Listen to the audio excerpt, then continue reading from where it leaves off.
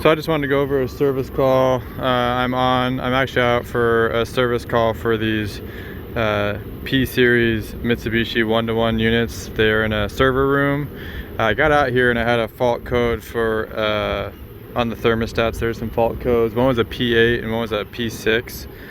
The fault code on the P8 usually means, which is on that guy right there, and this is the P6 one.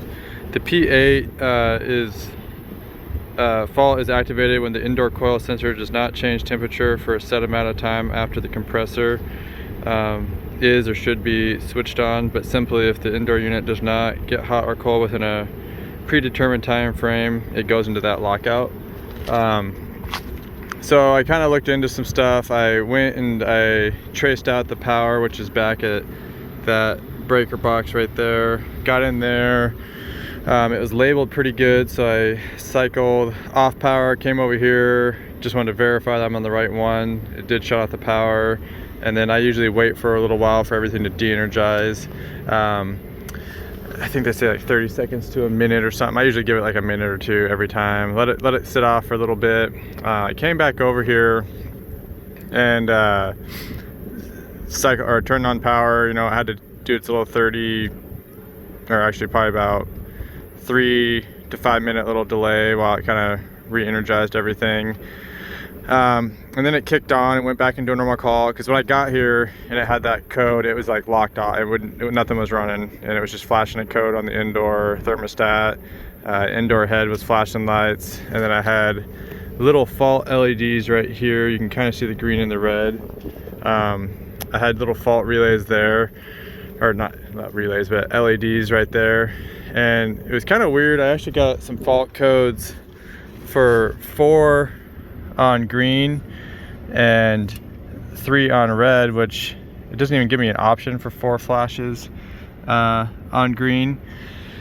So it was irrelevant to me. I actually just went off of the error code on the thermostat and kind of did my own investigating and just Google searched the P8 code, because like I said, the 4 and the 4 wasn't even an option on here. And then yeah, when I turned everything on, everything kicked on, it started running. I could hear the compressor turn on, the fan motor, condensing fan motor kicked on. Everything looked like it was running like it should.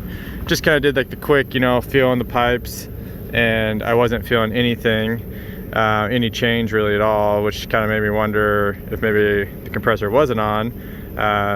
So I just wanted to quickly gauge up just to kind of see what I was dealing with. I just throw it on my little stubby here. It's just quick, easy, minimal refrigerant loss when you're hooking up and disconnecting. And what I saw was, you can actually just hear almost if you listen. I mean, you can hear a little bit, but it was flat. It was actually at 0 PSI. So this unit here gave me that P8 error code for everything I just said. So basically it wasn't seeing a change in temperature because it was flat at the indoor sensor. So it was locking out the compressor, which it should, to protect it. So that is what was going on with this unit. So I ended up making a tag. I'm going to put in the unit a shut off power over here at the little breaker over here, and then I'm going to put a little tag in there basically stating what was going on and write it up for a leak check, and then if it's repairable, go from there. I didn't see anything obvious. I'll look around here to see if there's anything obvious, but we always have to get the leak test approved before I can go any further on that. But yeah, that's what's going on this one. Like I said, I'll probably quickly look for anything obvious, but I haven't seen anything yet. But that's what's going on that guy. And then this guy here, basically a lot of the similar stuff. I ended up getting a different, I had the P6 error code on this guy. It was locked out when I got up here. Nothing was kicking on. Thermostat was flashing the error code. The unit was flashing some codes. The rooftop, or I mean the outdoor unit, was flashing some codes as well. And that was another thing that I was kind of noticing. I had 4 green and 3 red, which is really weird on that code, because again, there was nothing starting with 4 for the green flashes. And it just really didn't help me very much. So I just kind of quickly Googled what it could be for that P6. Give me a second here and I'll read off what I was getting for the P6.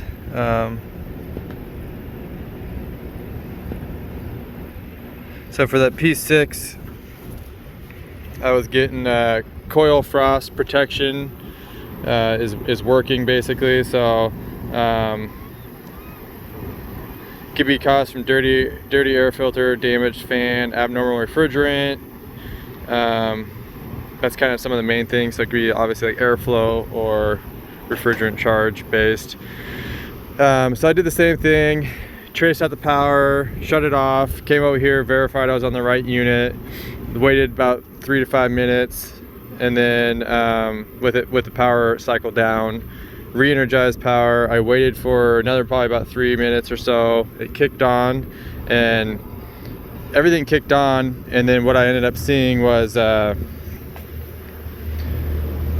you know, it all kicked on. My pipes were feeling nice and cold, and I put the gauge on there, and you never, I mean, I feel like when you gauge up, it's never super accurate since everything kind of varies on here. And I know on tech support a lot of times I don't even have us gauge up too often on these, but I just wanted to see if it was flat since I had just seen the one next to it being flat. The suction pressure was crazy low, and then I went down to the indoor head, and just a test I did that I like to do is just, you can do it with a temperature gun, but I've just kind of done it with my hand, just feeling the air coming out of the indoor head. I just like, well, start at one end and run it down, and then I've had this work in heating or cooling in previous diagnostics, but what I was feeling this way was in cooling, and it was a little cool at one end, and as I kind of ran my hand across going that way on the indoor head, right where the fan's blowing out, and it just started getting warmer and warmer as I went down.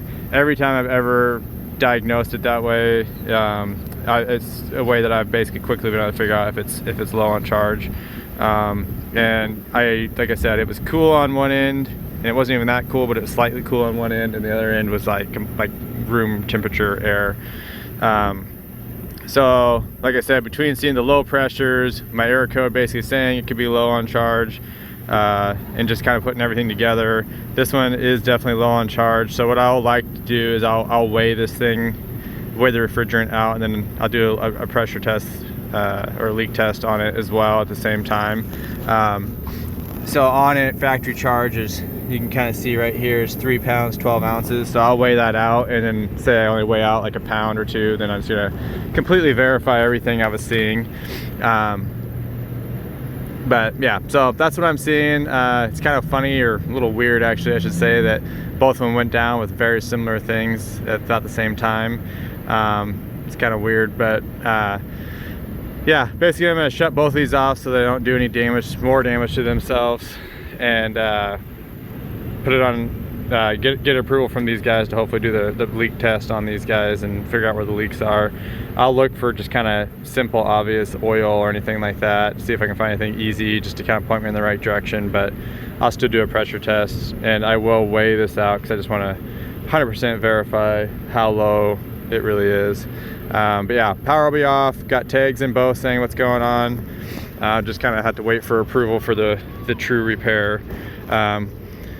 Any questions or any comments, leave them down below. If you like the video, give it a thumbs up. Anything else you guys have seen that's kind of helped you with diagnosing ductless, feel free to leave it down. But yeah, that's what I'm seeing. Like I said, it was for the P6 error code, and the P8 error code is what this one was kind of specifying on.